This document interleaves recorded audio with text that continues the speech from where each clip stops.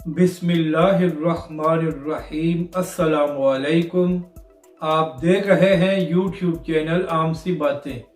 तहरीक लब्बैक का प्रोटेस्ट अवाम का समुंदर निकल आया।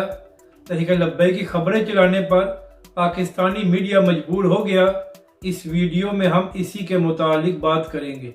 नाज़रीन कराम, तहरीक लब्बैक पाकिस्तान ने नमूस रिसालत और ख़त्म नबूवत के मामले पर बड़े बड़े धरने दिए हैं और लॉन्ग मार्च भी किए हैं, मगर पाकिस्तानी मीडिया को तहरीक लब्बैक के धरने कभी भी नजर नहीं आए और हमेशा ही तहरीक लब्बैक पाकिस्तान का मीडिया ब्लैकआउट किया गया है। मगर अब पाकिस्तानी मीडिया को इस बात का अंदाजा हो गया है कि तहरीक लब्बैक पाकिस्तान और अल्लामा साद हुसैन रिजवी पाकिस्तानी अवाम में बहुत मकबूल हैं और अगर हम इसी तरह तहरीक लब्बैक पाकिस्तान का मीडिया ब्लैकआउट करते रहे तो पाकिस्तानी अवाम हमारे खिलाफ सोशल मीडिया पर रद्द अमल देगी।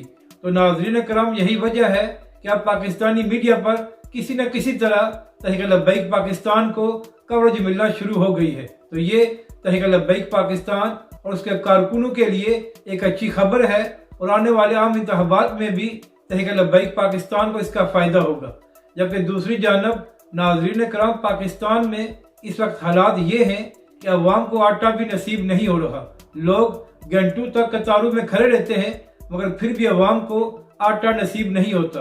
तो इन्हीं हालात को देखते हुए तहरीक लब्बैक पाकिस्तान ने कराची में 3 रोज प्रोटेस्ट किया और नाज़रीन कराम, इस प्रोटेस्ट की खास बात यह थी कि इसमें तहरीक लब्बैक के मर्जी कायदीन या अल्लामा साद हुसैन रिजवी शामिल नहीं थे। तहरीक लब्बैक कराची के अमीर मुफ्ती कासिम फखरी साहब की क़यादत में तहरीक लब्बैक पाकिस्तान ने यह प्रोटेस्ट किया, मगर इसके बावजूद कराची के अवाम बड़ी तादाद में बाहर आई और तहरीक लब्बैक के प्रोटेस्ट में शामिल हुए।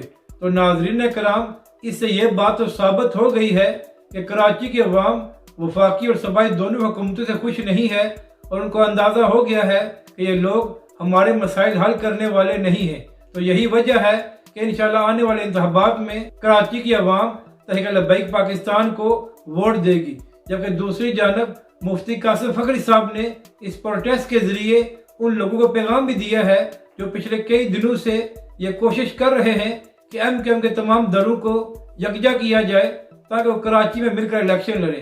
तो मुफ्ती कासिम फखरी साहब ने इस प्रोटेस्ट के जरिए उनको जवाब दिया है कि आप लोग जो मर्जी कर लो, अब कराची के अवाम तुम्हारे फ्रेब में आने वाली नहीं है और अब आने वाला वक्त तहरीक लब्बैक पाकिस्तान और अल्लामा साद हुसैन रिजवी का है। अपनी राय का जरूर इजहार करें कि आपको ये वीडियो कैसी लगी और हमारे इस चैनल को भी सब्सक्राइब करें।